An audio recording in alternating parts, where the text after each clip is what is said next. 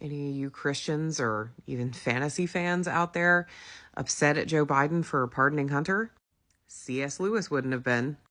C.S. Lewis, in case you don't know, wrote a book called Mere Christianity and is often considered one of the greatest, Christian fiction writers ever to live.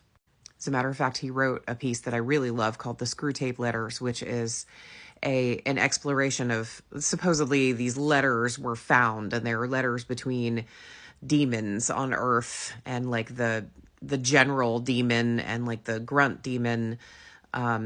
They're writing letters to each other about how best to corrupt man. It's just a very interesting, kind of like Christian demonic perspective of how to overthrow the goodness and kindness of man, to wrestle humanity away from the enemy being the God. It's like, I'm an atheist, but I feel like it's an excellent commentary on the root of what we would consider evil. Anyway, so a lot of C.S. Lewis's work is overtly religious. And I know, having come up in a pretty literarily focused and also very, very Catholic household, that C.S. Lewis is like one of their standard bearers. Well, if you hadn't recognized his name before, you might know C.S. Lewis's name from the Chronicles of Narnia, particularly the one I'm referencing is The Lion, the Witch, and the Wardrobe.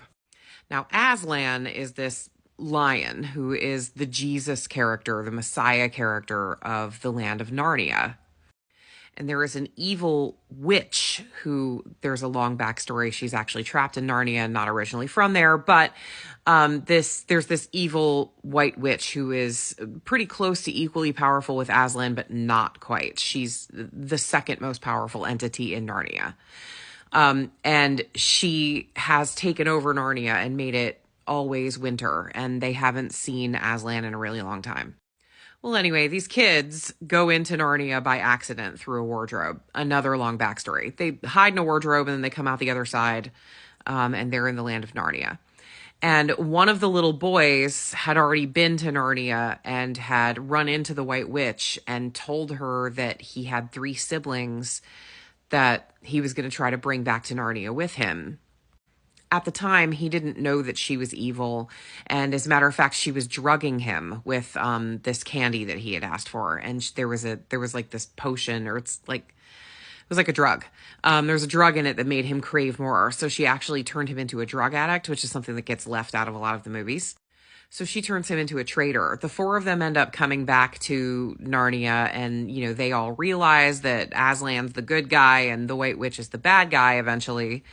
And Edmund, being addicted to this drug and always upset about being, the left out second son, his siblings are not particularly nice to him. And so he leaves. But the pull is not just being a jerk. He's actually addicted to this Turkish delight that he was given.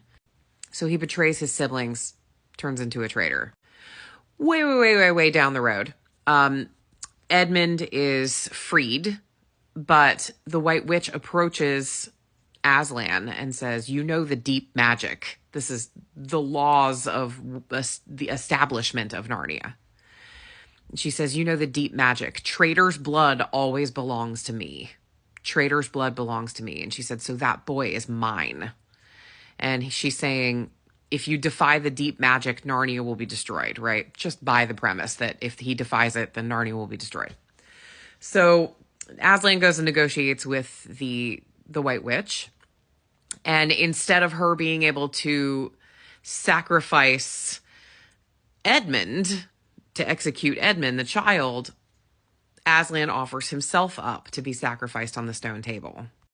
This is like a major apex moment in the book. Like, it is a very scary thing. And if you watch any of the movies, you'll see, like, even the really crappy 1970s animated one, it's this,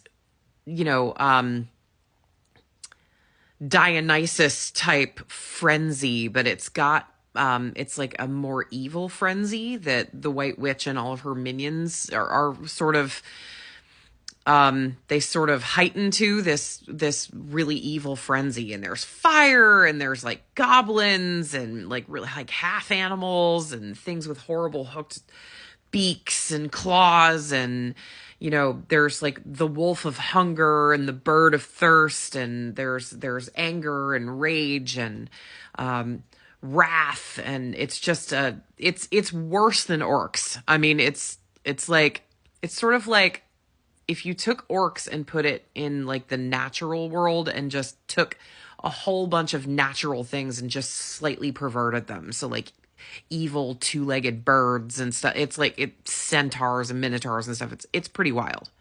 But the point is, they're whipped into this bloodthirsty frenzy where they're all just dancing around, and they've got these fires, and they're banging drums, and everyone's laughing and cackling at the poor lion as he gets dragged up to the stone table and shaved in his humiliation. And they mock him and they laugh at him, and then they stab him and sacrifice him. And the two young human girls are watching this, and it's absolutely horrifying. Now, in The Lion, the Witch, and the Wardrobe, everyone clears out. They leave Aslan's body there tied to the stone table. And then as the two young girls turn away, or like the mice come up and chew away the ropes, and then the two girls turn away, and then the stone table cracks, and they look back and Aslan is gone. Suddenly they turn around and he's alive again. And so it's a very Jesus-y type moment where it's like he sacrificed himself. Innocent blood was shed to redeem the traitor, or something like, somebody died for his friend. An innocent person died for his friend.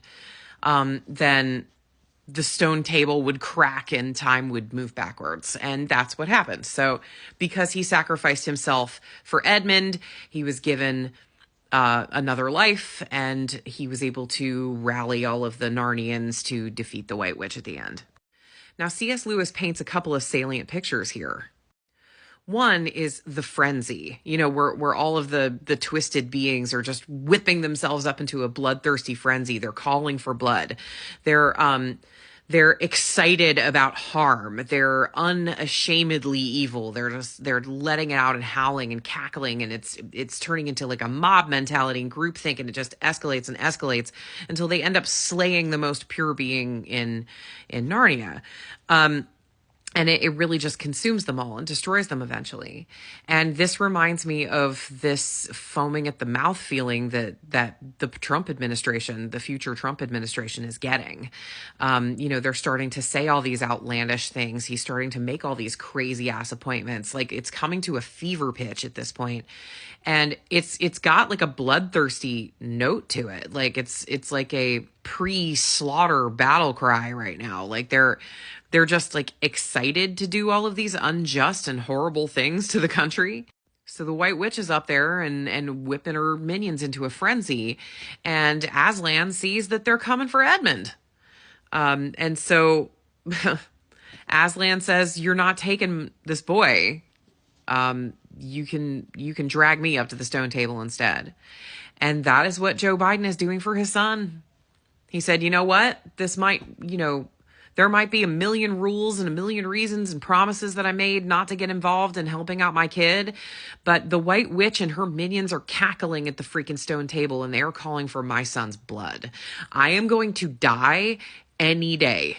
Like, I'm old. I mean, he might live 10 more years, but if he does, it'd be a miracle, right?" So he's like, "I don't care. I can't run for president again. You know what? Call me the worst president ever. Tell me I'm horrible. Arrest me. Come after me.